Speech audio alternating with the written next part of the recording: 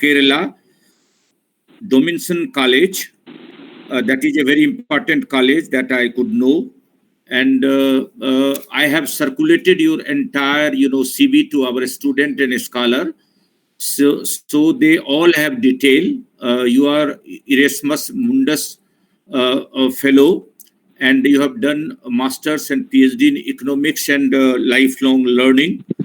You already said that a visiting fellow of MBU University of Delhi, and you are already having a lot many experiences from National Skill Commission, European Commission, and lot many organizations, and lot many papers to your credit that we have seen. And as I said that your entire brief CV is available with us, and you are already also referred by our Director Institute of Lifelong Learning.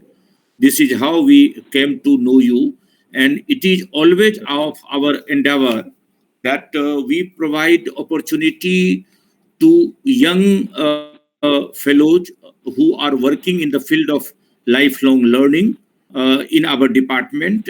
And to begin with, very quickly, I was sharing with a third year, sorry, a student of Delhi College today on the prospects of lifelong learning. In the morning, I was talking that the department was a center first, it became cell, and it became a full-fledged department in 1984, starting a diploma, postmaster's diploma in adult continuing education. And I, as a student of postmaster's diploma in 84, became the first internal head in 2012-13, and converted this from postmasters to master degree in lifelong learning and extension with 4-semester program, and tried to make it a local to global kind of a thing, and got an opportunity to invite Professor Soren August LRS for entire semester in University of Delhi in the first batch, staying in the university guest house, talking about the international dimensions of lifelong learning. We have had the internship program, practicum, whatever there in new education policy we see. We introduced by and large in 2013, giving opportunity to internship practicum to our students, hands-on experience. And at that time, we also started extension in terms of Vistar among the highly vulnerable population in Delhi NCR, like commercial sex workers, injecting drug users, transgenders, migrant population, all elderly population. For all of them, we started extension Vistar, reaching out to the community at large. And starting from there, this department became the national level apex point for the transgender mainstreaming. And the institution has provided, education and employment opportunity write-up for the government of India, which became the part and parcel of the Parliament decision and Supreme Court decision in 2014 and the 2019, transgender policy. We are also associated directly with the Ministry of Social Justice and Empowerment. We have our memorandum of understanding, which I was informally sharing with, with Urzburg University, Germany, with Professor Soren. There are so many professors. Professor Thomas Sark from British Columbia University visited here at least 6-7 times to our university. There are so many professors at national, international level used to visit to our center. And we are gradually giving master degree, MPhil, PhD program. And as I said that there are students and scholars enrolled from the various organizations and from various disciplines, like you have your specialization in economics. As a specialized economics person, you are giving your valuable input in the area of lifelong learning from Mahatma Gandhi University. Likewise, we provided opportunity to the students from various region, from various gender, and on various topics, working on the areas of multidisciplinary or interdisciplinary researches, with providing them the international opportunities. And as I said already, not to repeat, that we are 6 regular faculty, and for the time being, I am heading for the second time in the department, and I wish to make this department a center of focal attention at the national level in lifelong learning. And certainly our strength will be how much our young scholars will work. They give, they write very good papers for national, international level, journals. We are in a process of starting our own journal in lifelong learning. However, I have my journal of lifelong learning on transgender, on a special issue that is in pipeline, that may come any day. So there are lot many things that in course of time we would like to know. So this is the time that an opportunity to welcome Dr. Gibson Varghese, our young faculty of lifelong learning, and students and scholars are very curious to interact to you, to discuss with you, and to get a different perspective of view on lifelong learning. So not taking my time, I will just straightway invite you for your valuable input, Dr. Varghese. Thank you. Welcome. Thank you, sir. Thank you very much. And I'm very happy to hear that your department is doing a wonderful job in adult education and lifelong learning. And I was just thinking that if I would have been meeting you earlier, we could be together before. But yeah, let us try our best, and I will be dedicating a full time in the area of lifelong learning, because after I finished my master's in lifelong learning, when we came back to India, as I said, I was looking for many collaborations, but so far couldn't make it. And it is a great blessing that I find that we are together now. So as you mentioned, thank you very much, sir, for the introduction. As you mentioned, I also wish to go on discussing on different views that I have experienced in different countries in the European Union, because we had a great chance to visit several universities. And we were also with the European Commission, including with Sora and others, to JNU, Jawaharlal Nehru University, years back, to start a department for lifelong learning. But at that time, it was not a great time to start, but nobody understood what we were talking about. But gradually, I see that University of Delhi is doing a wonderful job. So by that, let me go on to my presentation. I have a small presentation to share with you. Sure. I'm just taking.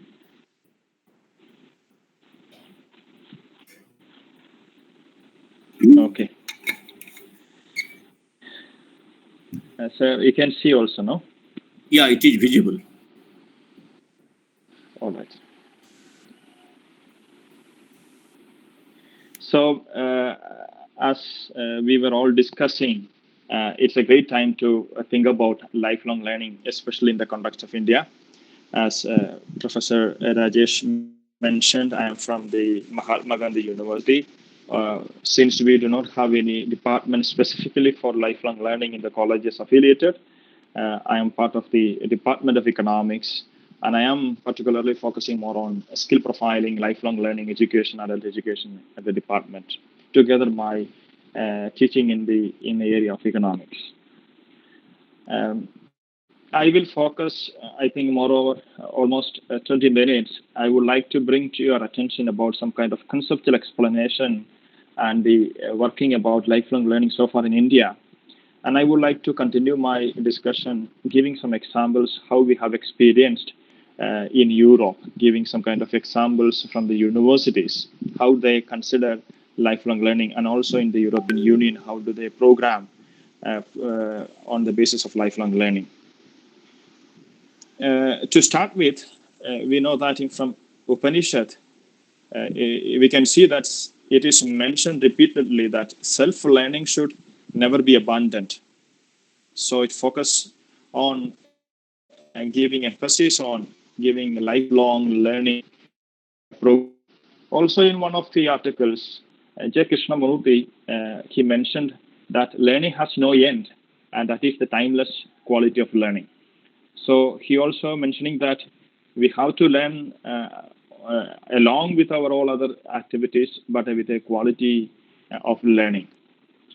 And after that, there were many researchers on lifelong learning, but particularly from the Department of Education and the Education Commission also come to understand that education does not end with schooling. So there came the importance of lifelong learning in the areas of education. Again, in the National Policy on Education on 1986, lifelong education has cherished a goal of educational process and more importance were given. And I think that after that, in many of the universities and colleges, we have begun departments of adult education. And together with all other studies like continuing education, lifelong learning has been given preferences. And in 2007 to 2012, University Grant Commission made a report and made a great focus on lifelong learning as a discipline of study and practice. That's why I believe universities like Delhi University and other universities in India gave utmost importance to the area of lifelong learning and started programs. So there are no programs on lifelong learning. And now it is of importance that we are all talking about national education policy 20. And in the section 21, we see that there is a specific part given on adult education and lifelong learning. I'm also interested to discuss in detail in the next slides about the national education policy and what we people would like to bring into our attention together with lifelong learning. So these are all different views from the very beginning of our history till today. And so far we have given different meanings and we have taken in different ways about lifelong learning. And what was the result that we have created, as I mentioned, different departments on adult education containing extension program in the universities, in the colleges. And we have given, we are mainly focusing on our areas of research in the area of adult education and lifelong learning. As Professor Rajesh mentioned, since you are working in the areas, NGOs are also giving importance to the area of lifelong learning. They are doing wonderful programs all over India. And I have also supported some of the programs of NGOs in lifelong learning programs when I was working with the Ministry of Skills. And also there are community-based activities and we refer them as lifelong learning programs. So these are the end results of the previous history or previous efforts so far to the lifelong learning programs, or we call it in the umbrella of adult education. Now, I just want to discuss with you based on my experience that I have gained from Europe, working with different universities in Europe and also different programs, European programs by the European Commission. Let us now have a different view how we have to implement lifelong learning programs in addition to the degree programs, master programs, or PhD programs that we are currently running in our departments. So far, we have come to a full-fledged activity on education, but we have also added a learning in our lifelong learning, like a word in a lifelong learning. We have learning there. We don't have lifelong education. Instead, we have lifelong learning. But in India, we have a great experience in the area of education. Like from the very beginning of our time, we have basic education, secondary, then going again ahead with higher secondary, bachelor, master, and doctoral programs. So it has a specific focus, and there is some end result towards these education programs. In the next slide, we will discuss more on that. But in our lifelong learning, we are considering it as a learning, but in different ways, non-formal, informal. But in my opinion, it is not well defined because I came to know only now that Delhi University is starting its master's and degree programs, and there are PhD programs on lifelong learning. But in other cases, there is no specificity like what we have given in education to lifelong learning. It is because of the lack of initiatives, I hope, from the departments, from the universities to consider more on lifelong learning. And also, people are not knowing what exactly is on lifelong learning, what we mean by lifelong learning, because we have so much a population of school literacy missions in the country. I think that's why we have not given much emphasis to the lifelong learning processes. Here, I just want to say that in the education area, in the area of education, as I have mentioned, from basic education to doctoral level, there is a specificity for age and also for recognition. For example, from the basics to higher secondary school up to 18 years, we draw. The end result is a certificate. It is a qualification for higher study, qualification for a job. And in our degrees to masters, there is a specificity of age, and it is also qualified at the end of the program, like in doctoral programs. But so far, in our policy makings, we have not given lifelong learning program with a specific age and qualification. And in my personal experience, there is no degree such that we can get a job based on lifelong learning. So my discussion is on that how we, as eminent scholars here, like Professor Rajesh, people should, as he has also mentioned, that my dream is also to, together with you, sir, that Delhi University and Department of Education should be the effective one to promote lifelong learning, because you are taking a great initiative in that. Just now, I understood that. And policies and management programs should be directed by the department, and it should be spread all over the universities in India, and thereby creating a great emphasis to and importance to lifelong learning. So here, lifelong learning, we say in different forms. It's a formal, informal, non-formal, or we also add to our departments or our programs like it is a continuing program, extension. We call in our universities and lifelong learning and extension programs.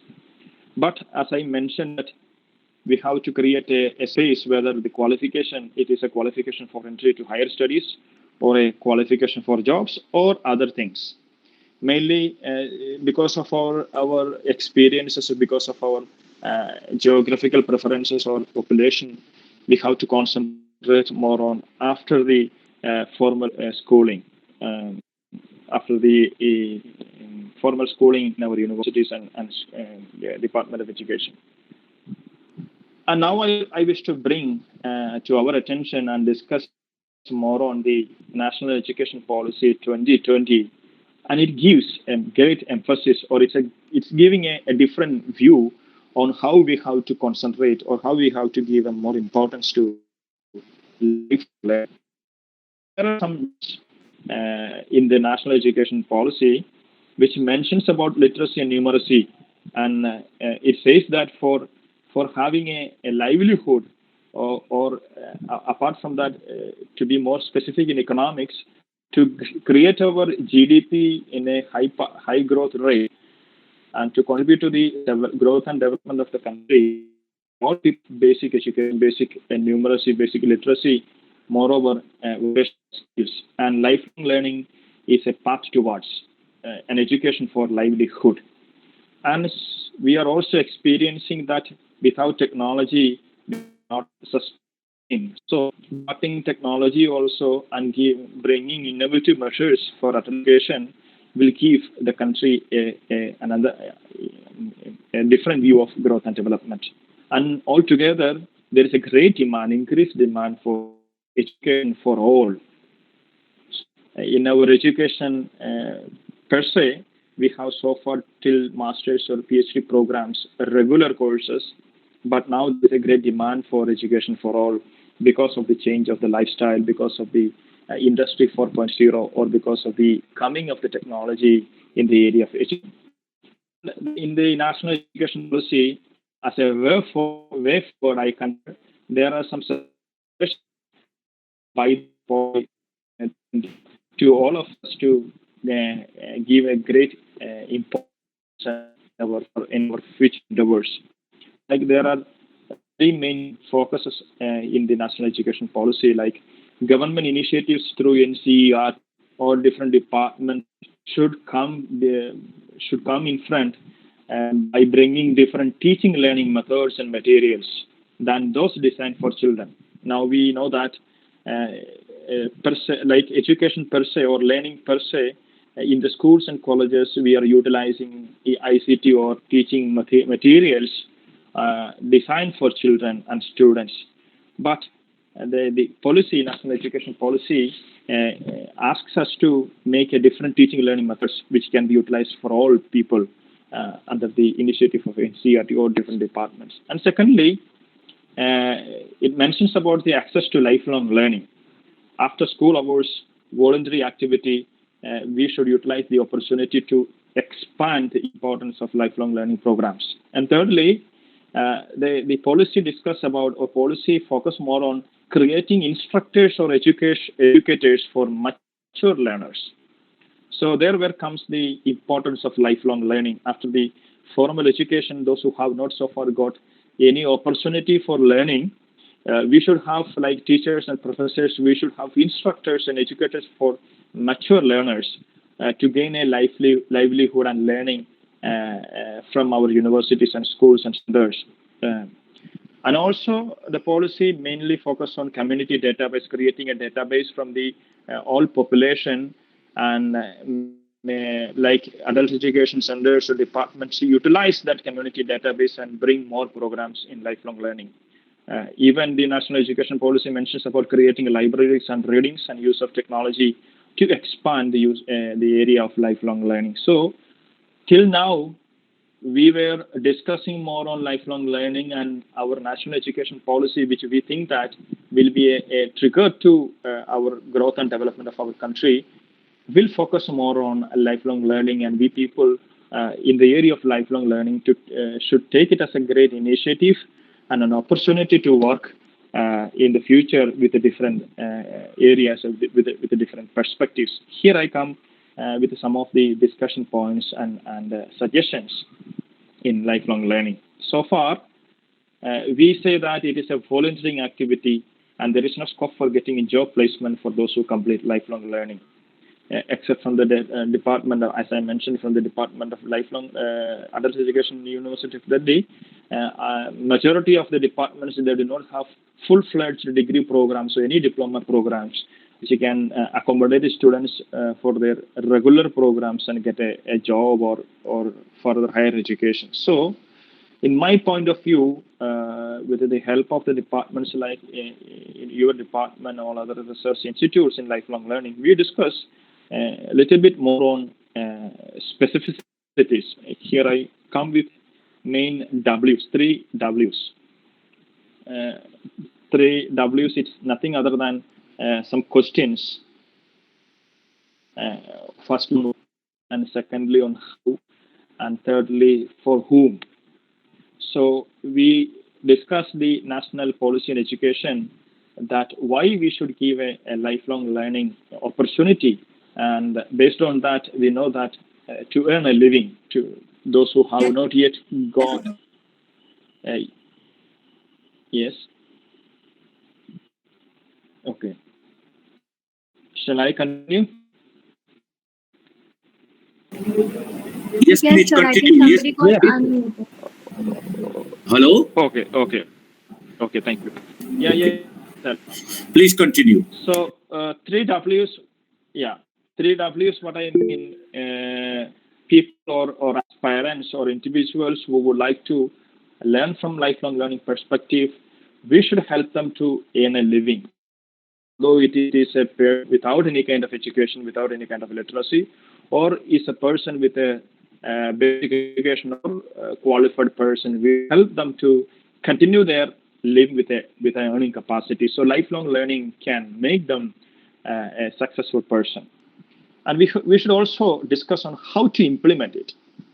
As I mentioned, in most of the schools, colleges, and universities, it is not accredited.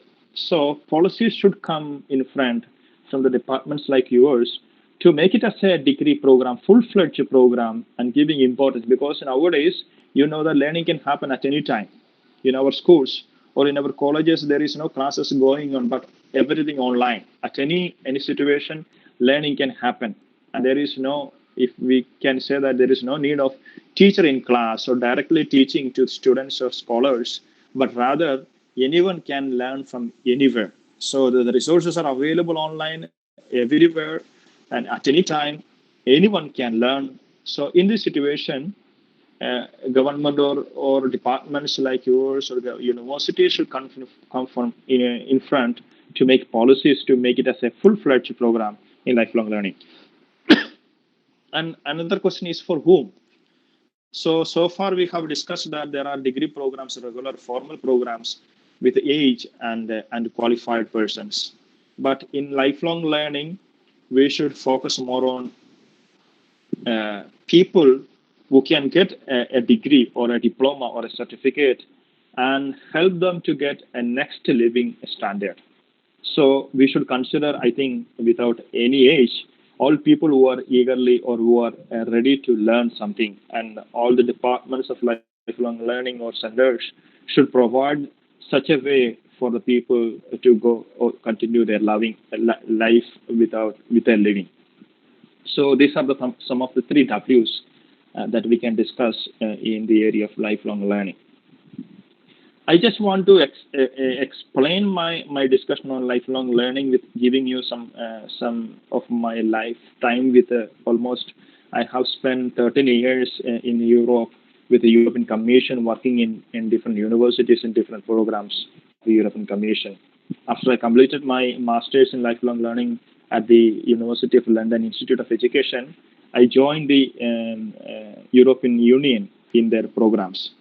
It was the time approximately 2009, and by 2010, all the education and cultural department in the European Union have termed their activities in the umbrella of life learning program, LLPs.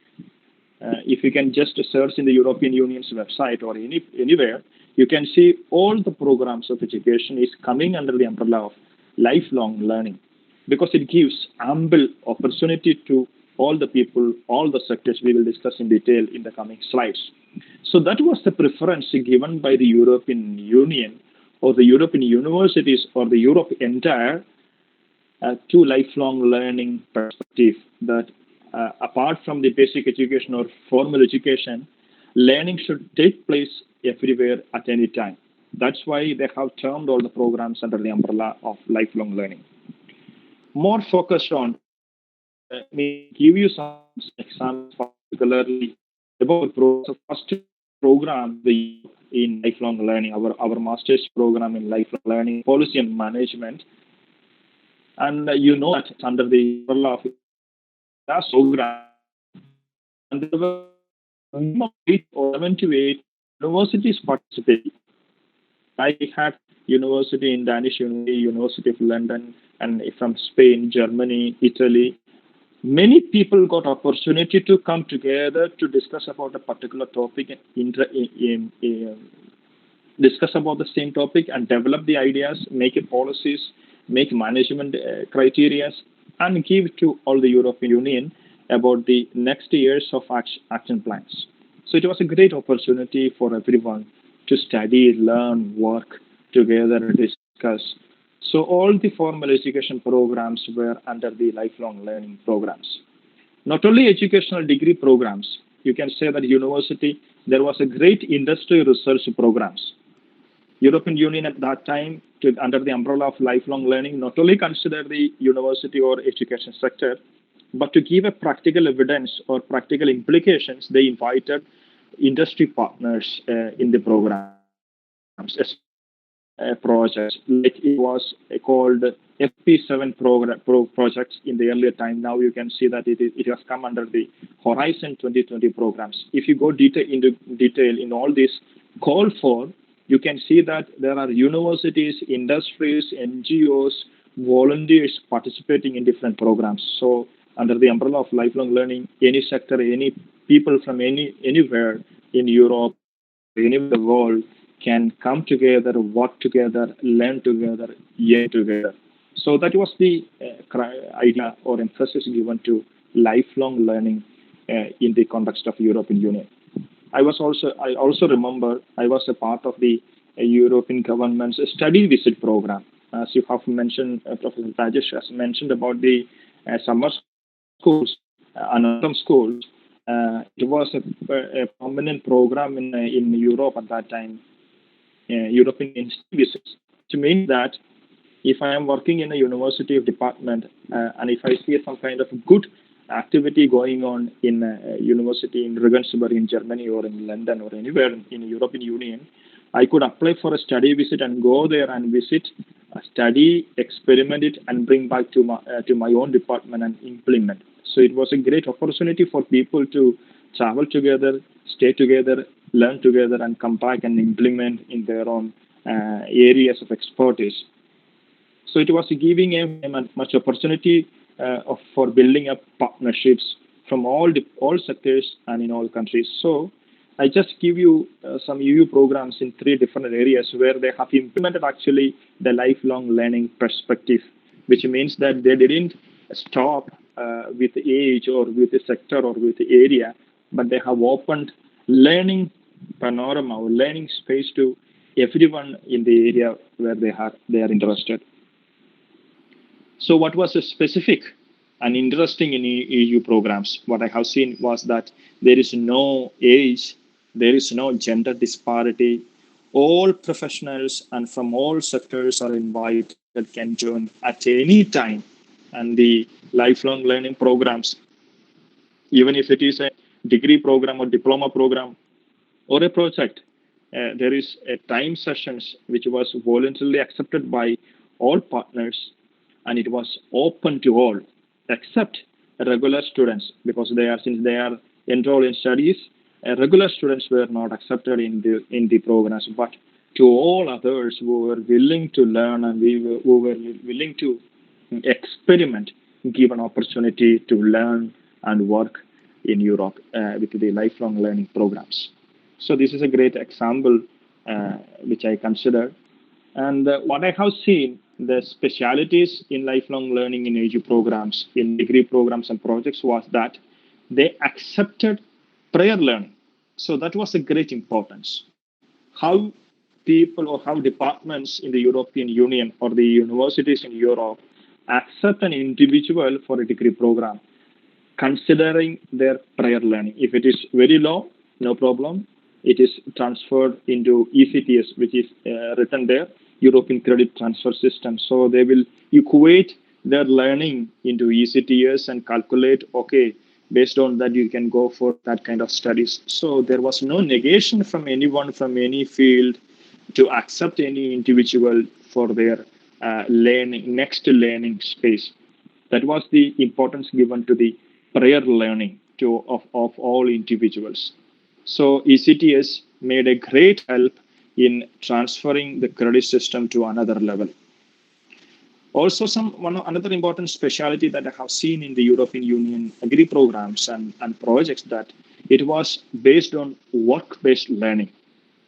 So rather giving an opportunity to read the book and experiment by ourselves, much more emphasis was given to work-based learning. So if you are an employee of a department, or if you are just a student or individual working or without working, you can be part of a team of workers, or you can be in your own area of work. But together with that work, we have the opportunity to learn, and that learning will be counted as ACTS and turned into a degree or to turn into a qualifications. So that was the emphasis on work-based learning in lifelong learning. They also adopted impressive and increasing tremendous effort in vocational education and learning. Uh, since you are collaborating with your German universities, if you have understood, in Germany, they are giving much more preference in that area, vocational education and learning, in the area of lifelong learning, because not everyone is interested to join for a degree programs or PhD programs. By getting their basic education, they are interested to start by themselves in the area where they are capable of, with a vocation, with a work-based learning. So in Germany, especially, I have seen that they are giving vocational education and learning. But in all over Europe, in lifelong learning area, much more emphasis is given to VET in vocational education and learning, and it is a great area of interest of study also.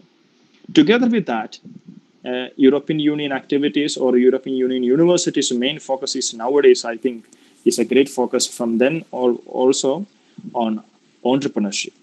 So people who are capable of doing not only a job but giving opportunity for others to get a job with their own impressive initiatives. Lifelong learning programs give wonderful opportunity for entrepreneurs by giving support, financial supports, by giving affiliations in the area of lifelong learning. They promote entrepreneurship. So these were the specialities that I have seen from my own experience from the European countries or the European universities with regard to the lifelong learning programs and how they have implemented. In my university where I was working for 10 years, I was working in the university in Spain. They have a program in lifelong learning where they give more emphasis on aged people. So we will discuss later in the suggestions. So here I come with some kind of suggestions. In India, we have so far attained an acceptance on lifelong learning, and we have a great experiences from our scholars from different parts of the world. Like you people have a great work-based learning or experiences with partners from Europe, especially from Germany. All other universities are also used to bring faculties to their own departments. But based on that, we have to go ahead concretely by making accreditation of lifelong learning programs. So like I have discussed about ECTS in Europe, we should go for credit-based learning programs and implement so that each program, whether it is a degree program, a diploma program, or a certificate program, should have a process, should have a continuity to their more higher education or towards a job. So that lifelong learning programs can be included in formal system. We should, if we are making it as a credit base, we can bring it into a formal system. And National Education Program Policy 2020, recently published, which we have discussed, recommends mainly on holistic and multidisciplinary education. So you know that in coming years, let us hope that our degree programs will be multidisciplinary, which means that you all people may be knowing that during a degree program, any individual or student can select their programs semester wise and go for another discipline in their degree programs in each year. So let lifelong learning come into that area and let people choose lifelong learning as their formal education or any other people who are interested to join lifelong learning program. So we should give accreditation like ECTS. Our system should enable aspirants to have option for lifelong learning in bachelor and master's program. So that is one of my suggestions, and let us have a discussion on accreditation. Also, we should more focus on research and publications in lifelong learning. So far, there is a less initiative from scholars like ours to keep emphasis on lifelong learning. Or I have only published 2 articles on lifelong learning, but I didn't try for further. But we people like scholars, young scholars, together with experienced scholars, we should try our level best to bring more publications in the area of lifelong learning, and we should do more researches in lifelong learning and have a great collaboration all over the world. And like I have mentioned from the European experiences, we should, in lifelong learning, give a little bit more emphasis to professionals who are in the work or work-based learning. We should recognize the work also as a learning and give opportunities for employees to earn credits while they are working. Because employees should be enrolled in lifelong learning programs and given opportunity to gain degrees while working, because most of our workers right now, they are with a basic or not even basic qualifications, but they are capable of learning, but there is no opportunity for most of the people. And we should talk to industries or entrepreneurs to give opportunities to their employees to learn by doing their work. And universities like ours of lifelong learning program or departments should have a collaboration, should have MOUs with these kind of departments to recognize them as they are a better learner which can be a great contribution to the industry, to the department that they are working. They will become more better and better. They will get more knowledge, and their working hours can be considered as a learning space and more given instructions given by lifelong learning instructors, so they can make a better job. They can make a better life, a better livelihood. So work-based learning also should give a great importance in our lifelong learning perspective in our action plans. Also, I also would like to suggest aging as a very important focus for lifelong learning. In the European Union, this area is called the silver economy. I was working greatly in the area of silver economy, how we can utilize the capacities and capabilities and knowledge resource of the aged people. Now in our country, we are considering retired people or those who are not capable of working properly are utilized for nothing.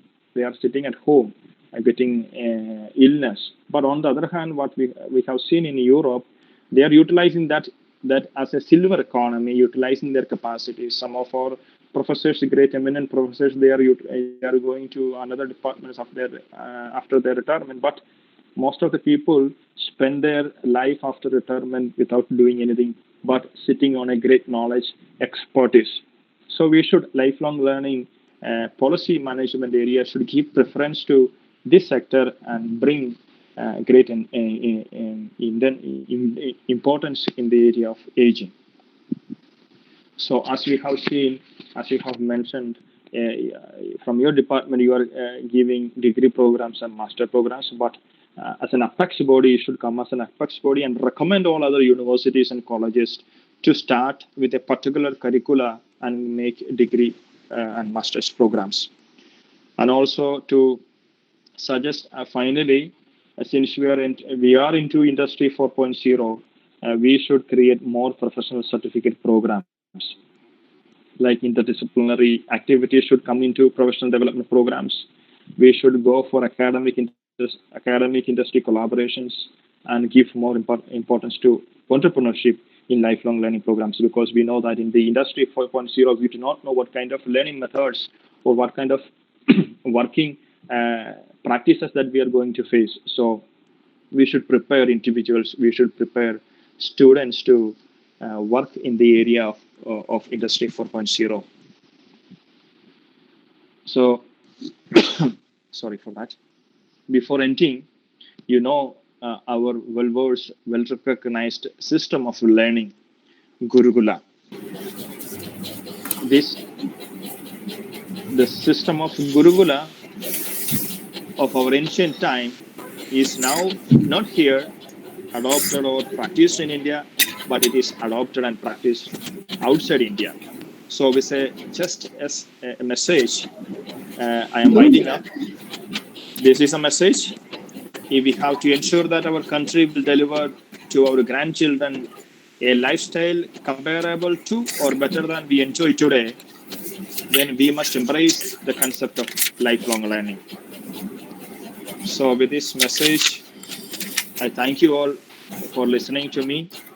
I thank you, Professor Rajesh, for giving me this great, wonderful opportunity to interact with you.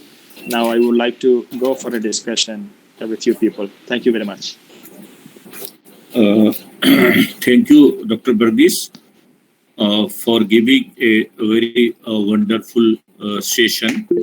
I would request our scholars, students, to kindly interact with him before we just wind up. So this is the session now open for your interaction with Dr. Varghese, please. Yeah, please come on.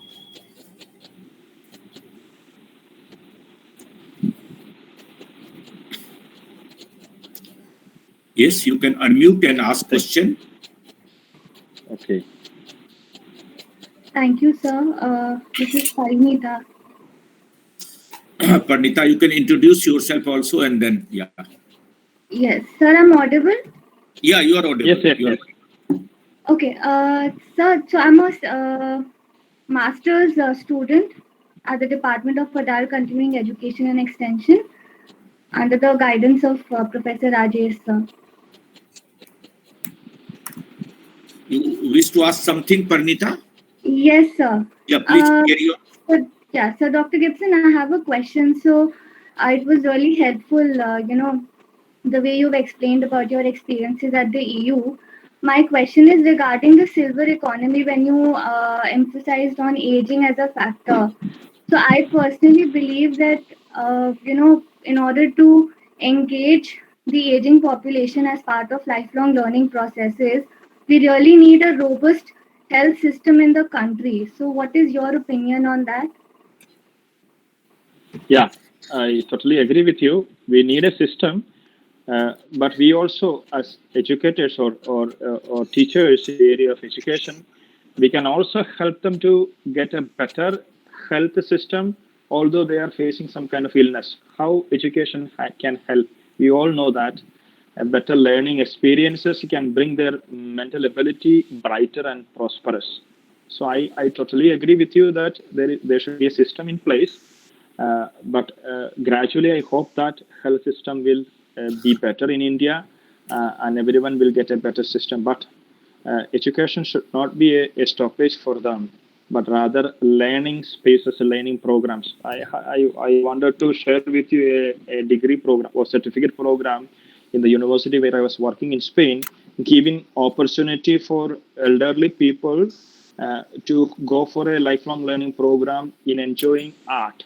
Art means music or theater or visiting a museum. So I was also a tutor in that area because in Spain, where we were living, there were many wonderful museums.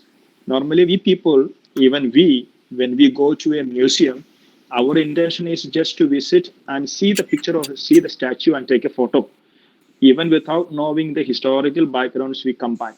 But rather, I was so astonished to see that in this course, tutors will teach the aged people or elderly people to know how to visit a museum, going there and studying about the statue that they're seeing, about the historical perspective, how to enjoy the museum.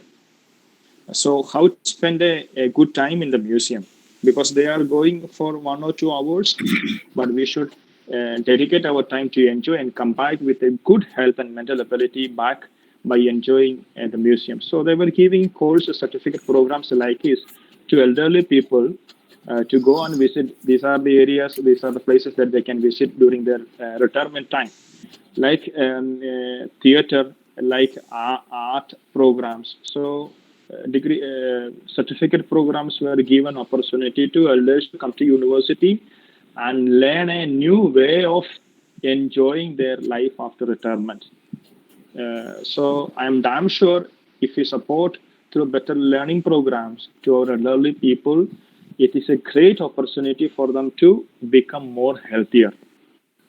That's my understanding. I hope that I have Yes, answered, sir. Parnida. Yes, sir. And that also reminds me of intergenerational learning. We had a session during Great. the earlier lockdown on that. So that is quite helpful. Yeah, I just remember I was a part of the European Union project where our professors developed an ICT program where all the third people, all elderly people can include their database online, and those who are interested to get their services, they can make an appointment with them and bring them their home, like a plumber who is a retired plumber but sitting at home, but he can do the same work as we are calling an expert in our home. But these elderly people can register themselves online and they say that I can work from 10 to 11 in your house. Please give it, based on the appointment, he goes and do the work and come back, get the payment online. So it was a great platform for the elderly people with the utilization of the application ICT to be engaged. I also remember in our MBA programs in our university where we were teaching, we were also calling experienced retired people who were retired from the very big positions to come to the class and give lectures and interact with the people. So there are great ample opportunities in our society also nowadays to give more importance to the elderly people, and that's why in Europe they have called it as a silver economy. We should also through our research, to our degree programs, we should give more importance to this sector. Thank you very much. Yes, sir. Thank you, sir. Thank you. Thank you, Parinita. Sia, you wish to ask something? Yes, sir. Good afternoon, sir. Good afternoon, Gibson, sir. Good Yeah. afternoon. Sir, as sir, today's lecture is really very helpful for us. Sir, as we know that Thank today you. is a Panchayati Raj Divas, Panchayati Raj Day Uh-huh. on 24th of April. So, sir, I want to talk about village level, and I want to connect this with a silver economy, what you talked about. Sir, we generally see in our India that mostly after 60, after the age of 60, most of the persons sit in a in their house, and they think now my age is above 60, or now I completed 60, so now I'm not going to work. Most of the person in a village area, or we can say that in the metropolitan city also, we are living with that in the same way. But when we go to the village area, the most of the person who completed 60, they are in the field, and uh, they are used to teach their younger one that how to do agriculture. They are very much qualified and very much enthusiastic to teach agriculture to their children. But at the same time, the teacher who all are living in the village area, they are just sitting on their chair, and they are doing nothing. They said that मैंने बहुत दिनों तक पढ़ाया, 60 साल तक पढ़ाया, अब हमारी एज है आराम करने की, हम अब ट्यूशन नहीं दे सकते छोटे बच्चों को. So sir, my concern is that why don't we utilize those population for in this online period, in this online education system? Why don't we use those population and give them motivation, or give them a new opportunity to interact with us in this online platform, and connect with them, and spread their knowledge, their knowledge economy to large number of learning society. So I want to know your viewpoint about on this particular topic, because today is a Panchayati Raj Divas, and I was thinking in that concern that why don't we start from the village level? Thank you so much, sir. Thank you. Sia, before Dr. Varghese says something, you have asked a question, right? Because he is not only a lifelong learning professor, he is also an economics professor. So, a professor of the economics, you have asked a right question to right person. So, he will answer his own perspective. Once you have asked one thing that I wish to know, that he was telling. You see, as we all are aware, economics professor will correct me, that more than 90% of our population is in unorganized sector. They are not in Exactly. organized sector like me Yeah. or Dr. Burgess or any other. So once we are talking this, we are talking to our unorganized sector people. Unorganized sector, which are almost 92% in our country, they do not have the pension system. They do not have the health security. Something is there, maybe something are coming from the state government or central government. I am not denying that. But there is no security at the age of, just I am asking a question. If we were coming from metro side and reaching to our department or Vishwavidyalaya, a 60-year-old person come to us as a rickshaw puller, will as a teacher do any concession that I will give you 5 rupees more because you are 60 plus. Are we do? Are we doing this thing? No.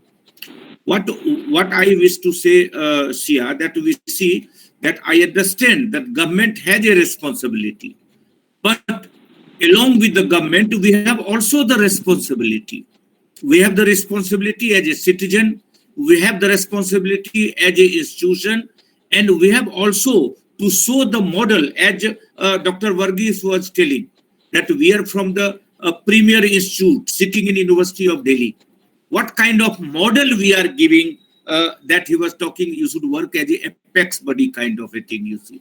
So we can certainly show some models. I will quickly share and we'll give the platform. I used to say with you that when we demonstrated in 1995, a small thing about counseling and guidance, in 1995, it was, shown by the media. At that time, there were two channels, national channel and DD Doordarshan. There were no 100 channels like today. And print media, very limited one. They published lot many of our department and counseling services. I was called there by the University Grants Commission, and they appreciated and recommended my name for United Nations. What was my introduction? No head, no professor. I was simply a project officer in the department. They do not matter that whosoever, but the work need to be demonstrated. Only thing we cannot say that it is the responsibility of Dr. Varghese, it is the responsibility of SIA. What is happening that we all are, not taking up our responsibility and shifting responsibility either on government or any other body or any other kind of a thing. So I don't know. So this was my perspective that I wish to say. Dr. Varghese will add something professionally as a professor of economics. Over to Dr. Varghese. Thank you, sir. Thank you, sir, and Sia.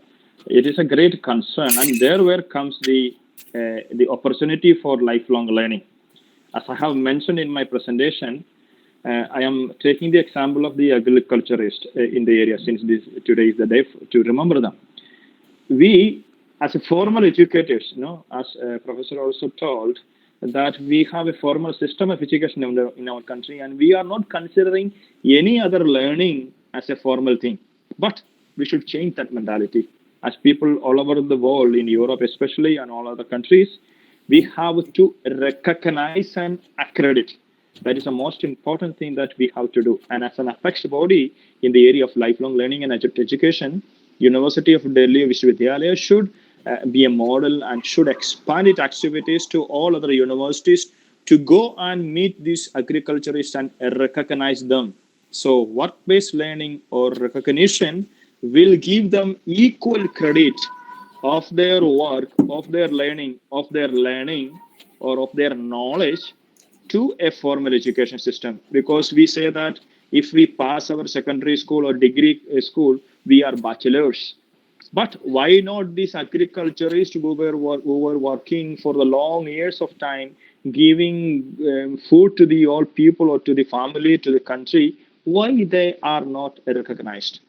Let lifelong learning spectrum change their life and recognize them. Even I am not saying only for agriculturists, but we should first start with these policy makers or the panchayat raj or panchayat members or the, I don't know, the local body authorities, giving them also recognition to their job, and by that they will understand all people in my society are doing better than me, and I have a responsibility to recognize them, their knowledge and their learning. So this is the only that I think that we can change this pathetic situation right now, because I'm also an agriculturist because part time I do my work in the paddy fields because I know the importance of living. So we should promote these kind of things in our research, in our degree programs, in our discussions, and we should also come in front to pinpoint these activities to the government, to the departments, and that's the only way, in my opinion, to solve this issue. And if we are not solving right now, we will be facing a great pathetic situation. We will not be a developed nation sooner or later. But there is a great chance for lifelong learners or lifelong learning department or lifelong learning, in fact, to a wonderful job in the years to come. Thanks a lot, Sia and Professor Rajesh, for this question and interaction. Thank you very much. And I hope that I have added something. Yes, sir. Yes, sir. Thank you so much, sir. Thank you, Rajesh, sir. Thank you, Thank sir. you. Thank you. Yeah, anybody else? Hello, good evening, sir. Yeah. Sir, good evening. myself Satin, and I'm also a master's student. I have a question about the sir vocational education. Sir, as I know, we have a huge tradition about those younger generation taking after initial education, then they are going into a discipline knowledge, right? Like they choose as a political science or they choose as a different type of course. So, what is the role about vocational counselors, those providing a vocational guidance to a new students? Those are coming into a new faces in the field. So what is the role about vocational guidance? Yes. Yeah, I got 2 years of in Ministry of Skills, working in the area of National Skill Development Corporation, and there where I have seen more vocational education programs happening in India so far. But we also have vocational schools in our schooling system. But I was visiting all the IEITs, ITIs in the countries, almost thousands of them I have visited, and I have inspected the laboratories or the working areas that they have in the schools. But some of them are good, but most of them are in a pathetic situation. They just learn something theoretically, even without touching a machine, and giving certificates. So our younger generation who are into the vocational education and training, they do not get the right training. Sorry to say that these people are selecting vocational educational training because of the lack of their ability to go to a formal education. That's why they are selecting. Right, sir. So, Right, sir. in my point of view, that is not a situation that we should promote because they are neglected from the formal education system. We should, through our lifelong learning program, that's my concern. We should bring them to the forefront. We should consider all learners are learners, in fact, and give them a time to learn by themselves and get a good future and select. If I have to become a plumber, then I should go to a plumber or electrician. Or if I have to study further for master's programs, I should decide, but not the system. Our system permit or only allows the better students, the bright students to go for formal education, and the all others to go to a secondary level of education. I don't consider that this system will be the successful one. Rather, these lifelong learning centers in schools and colleges should make an effort to recognize every individual and profile them and get a better life in the years to come. So that's a suggestion just I have. You are very correct that we should promote vocational education training. That is a successful story that we have learned from Germany. I have mentioned that. Yeah. Not all people are going for higher education, but most of them are into vocational education and gain a life. We should promote that kind of system in our schooling here. That's Right, my sir. suggestion. Thank you. Thank you, sir. Yeah, Hello. anybody else? Please tell Yeah, us hello, something. sir. Kumar, Gaurav. Yeah, hello, sir. This at Kumar Gaurav, researcher scholar from that same department. So my question is that we already know that India is demographic dividend country, and it will eventually convert to an aging population. But as we know that the skill deficiency and the absence or the lack of prior learning recognition or the informal economy that we are going through, don't you think that it will affect upcoming what we say silver economy, as you suggested in the factor that there was? So how lifelong learnings will come and rescue these all things? Thank you, Kumar. Thank you. It's a good question. Thank you for the question. Yes, it will affect. Skill profiling or skill based learning is the only way forward for our country to grow further, because we know that here, as I have mentioned, formal schooling or informal is nothing in this case. Post COVID experiences show that anyone can in from anywhere, but what governments or departments or which kind of initiatives should come in from is to give a employability skills to all individuals, not everything.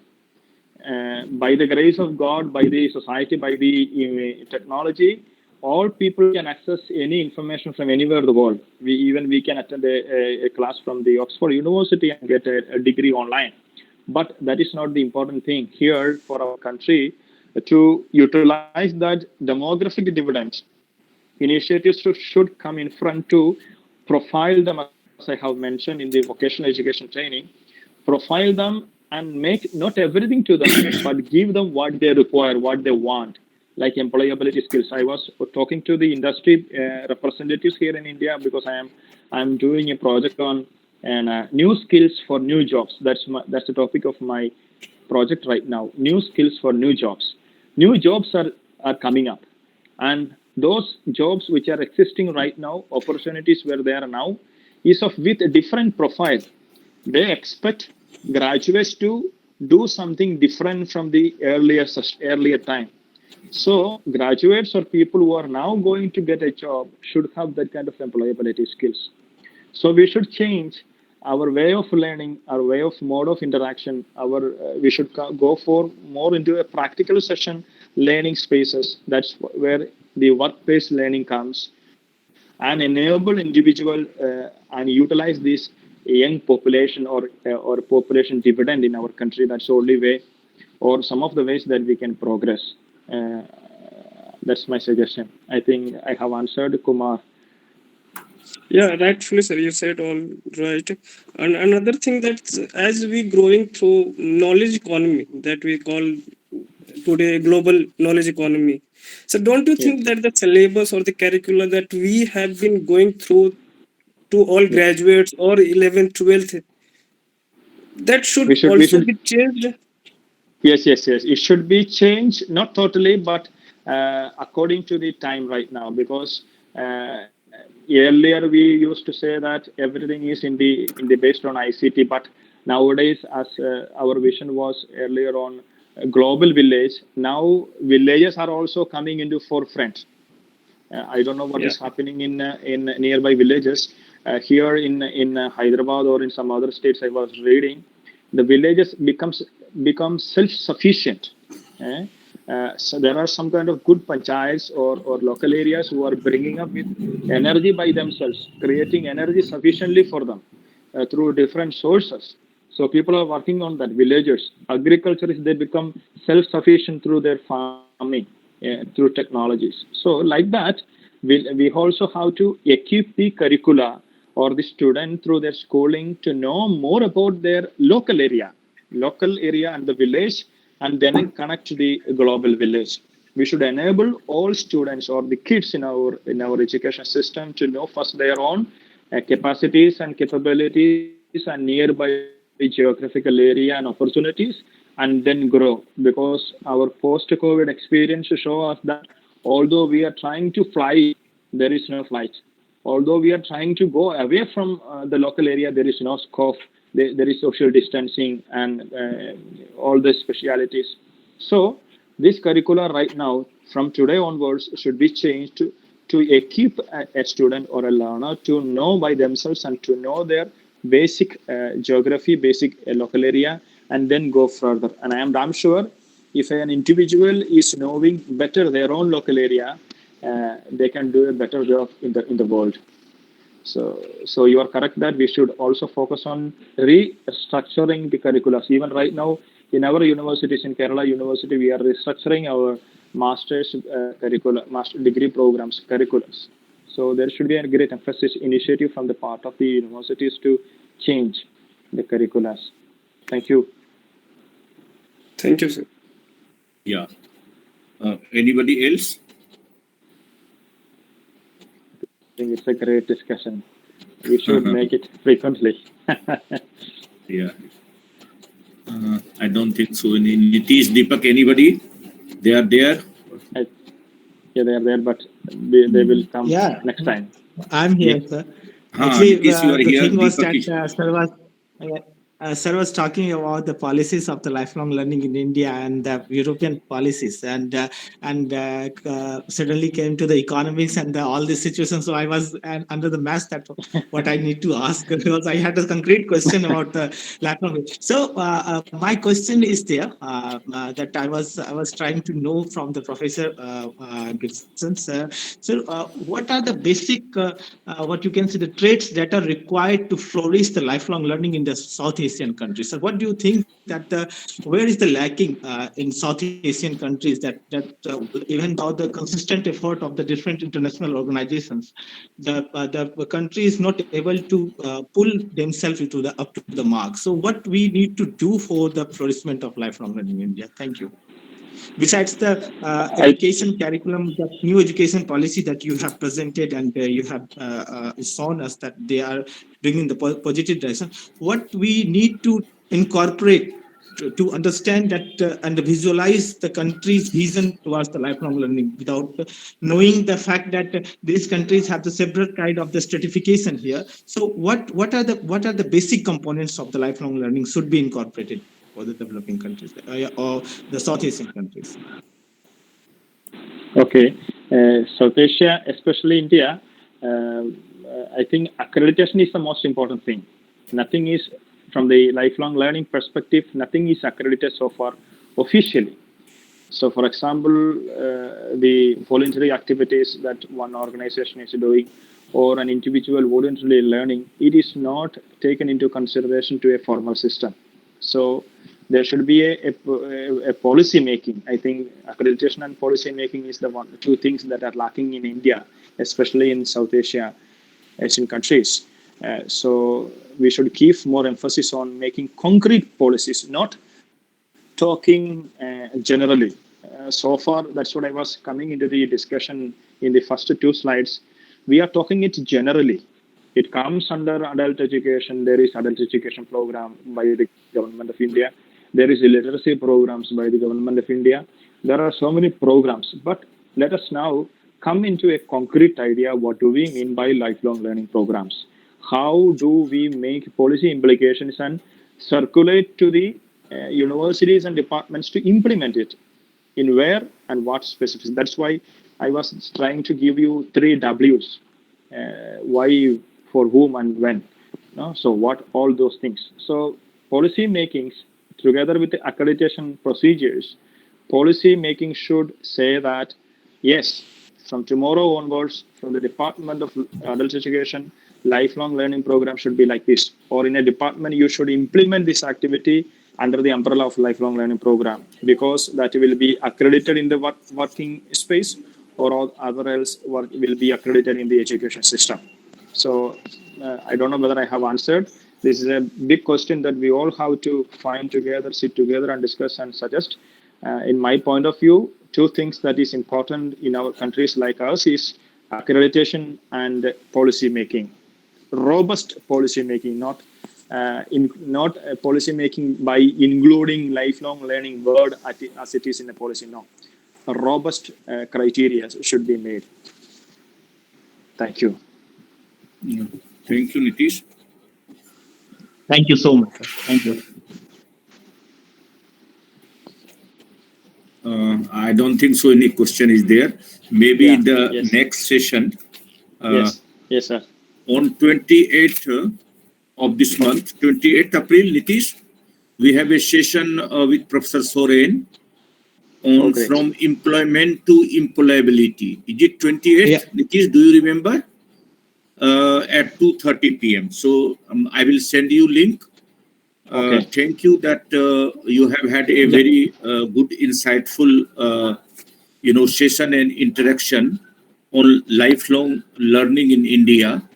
And I think some of the students and the scholars are sending WhatsApp, writing on the platform that PPT may be available to them.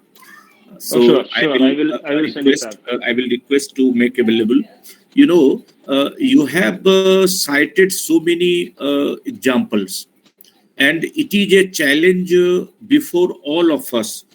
I understand more challenge to the younger generation, where a lifelong learning has to be established as a professional program in India, especially in teaching and research age, making it as a cadre of professionals in lifelong learning.